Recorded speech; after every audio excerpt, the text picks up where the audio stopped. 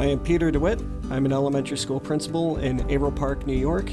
I write the Finding Common Ground blog for Education Week, and I'm the author of Dignity for All, Safeguarding LGBT Students, published by Corwin Press. Teachers, I think, are the power in this because they can do this in their classrooms, but they're not going to do it without administrator approval. So school administrators don't always want to take that on because they're afraid that if they get community pushback, they're not going to be able to stand up for these students. Schools cannot deny that they have LGBT students within their school system. And in many of those schools, those students are being ignored. All schools, every public school across the country should have a school board policy that safeguards LGBT students. You know, in New York State, we have the Dignity for All Students Act. All school districts in New York State needed to have school board policies and student codes of conduct that specifically stated how they safeguard students based on sexual orientation and gender expression. But unfortunately, in most states across the country, administrators and teachers aren't meeting that population. And the reality is, if it wasn't a gay issue, if you took out the coming out piece, if there was a student in school going through a social emotional time, any school would help out the student and their families. And really what this is about is kind of getting kids prepared for real life. And it doesn't matter what town or city you might come from. When you're going to college or into a career, you're going to be surrounded by some people is from the LGBT community. Schools in general are a microcosm of society at large.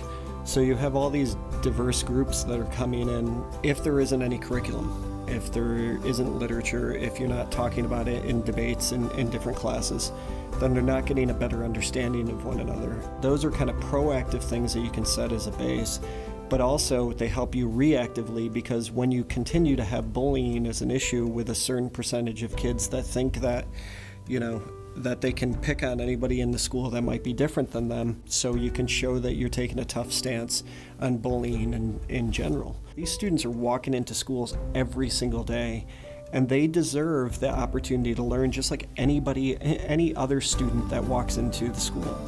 As educators, we shouldn't be ostracizing these kids. We should be inviting them in and making them feel engaged so they can learn and maximize their full potential.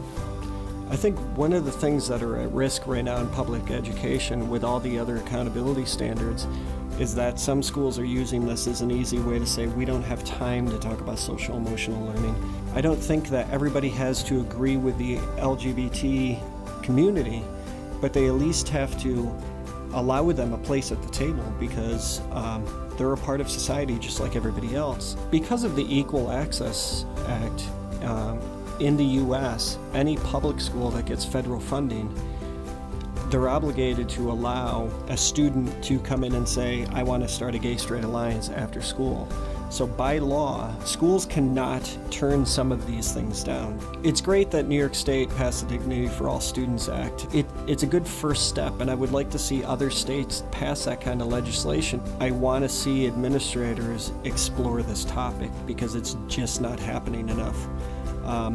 I write a blog for Education Week called Finding Common Ground, and in my blog when I talk about LGBT issues, I will hear behind the scenes from teachers that say, this just isn't happening in my school. Through having these policies, all the marginalized populations and the population that has never been marginalized can sort of have these discussions together. There's still way too much bullying that's going on, and I think that through having these discussions, we could